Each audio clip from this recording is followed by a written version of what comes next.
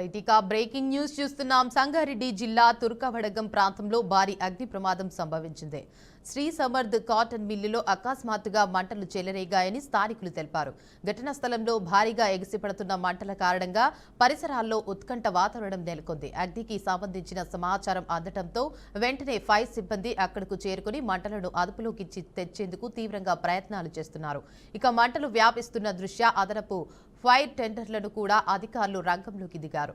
ప్రాథమిక సమాచారం ప్రకారం ఇప్పటి వరకు ఎలాంటి ప్రాణ నష్టం నమోదు జరగలేదని అధికారులు చెప్పారు. అయితే భారీ ఆస్తి నష్టం జరిగిన అవకాశాలు ఉన్నట్లు అధికారులు అంచనా వేస్తున్నారు. మంటల వ్యాప్తి కారణం ఇంకా తెలియరాలేదని, ఈ ఘటనపై కేసు నమోదు చేసి దర్యాప్తు చేపట్టినట్లు పోలీసులు వెల్లడించారు.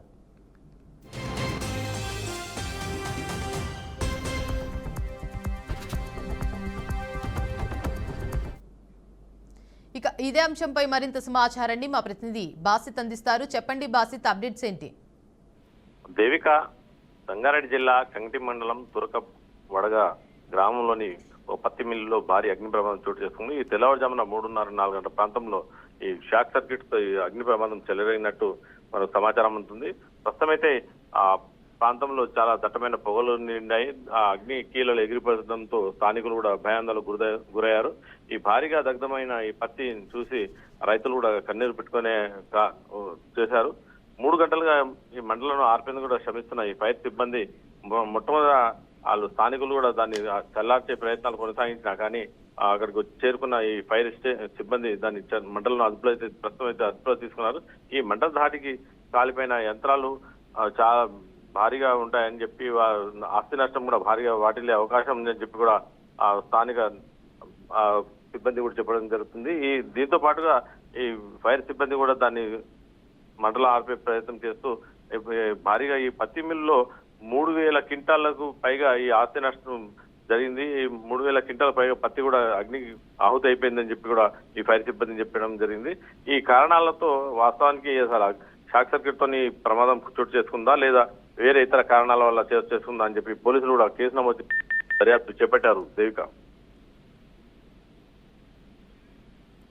అయితే బాసిత్, అంటే ఈ ప్రమాదానికి గల మెయిన్ కారణం ఏమై ఉండొచ్చు?